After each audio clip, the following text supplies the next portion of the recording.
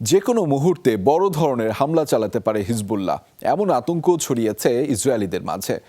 Haifa সহ উত্তর ইসরায়েলের বিভিন্ন এলাকায় মাটির নিচে খোলা হয়েছে বিশেষ হাসপাতাল, তৈরি করা হয়েছে কন্ট্রোল রুমও। হামলা থেকে বাঁচতে এবং হামলা পরবর্তী কী ধরনের ব্যবস্থা নেওয়া হবে তারই প্রস্তুতি নিয়ে বিশেষ প্রতিবেদন সম্প্রচার করেছে মার্কিন গণমাধ্যম ফক্স টিভি। স্যান্ডেলিনা সো, রূপচর্চায় আভিজাত্য।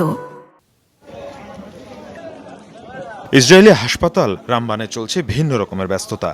বন্দরনগরী হাইফার এই হাসপাতালের নতুন একটি অংশ চালু করা হয়েছে মাটির নিচে। হিজবুল্লাহর হামলা থেকে বাঁচতেই এমন সিদ্ধান্ত।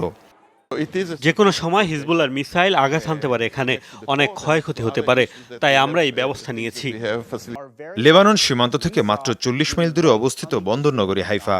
সম্প্রতি হিজবুল্লাহ ইসরায়েলের যুদ্ধের শঙ্কা জানানো হয় মার্কিন প্রতিবেদনে। এরপর থেকেই যে কোনো সময় হিজবুল্লাহর হামলার আতঙ্কে ইসরায়েলিরা। হাসপাতালের পাশাপাশি মাটির নিচে খোলা হয়েছে বিশেষ কন্ট্রোল রুম, যেখান থেকে সামরিক বাহিনী এবং বেসামরিক প্রশাসনের সাথে যোগাযোগ করা সম্ভব। এর আগেও আমরা এমন যুদ্ধের মুখোমুখি হয়েছি, তাই বাসিন্দাদের বলবো, আপনারা শান্ত থাকুন, পরিস্থিতি আমাদের নিয়ন্ত্রণেই আছে। এদিকে কড়াকড়ি বাড়ানো হয়েছে সীমান্ত এলাকাগুলোতেও। গাজা থেকে সেনা সরিয়ে এনে মোতায়েন করা হয়েছে ইসরায়েলি বিভিন্ন শহরের উপকণ্ঠে, যার লক্ষ্য হিজবুল্লাহর হামলা ঠেকানো। মীর মুশফিকা হাসান, যমুনা নিউজ।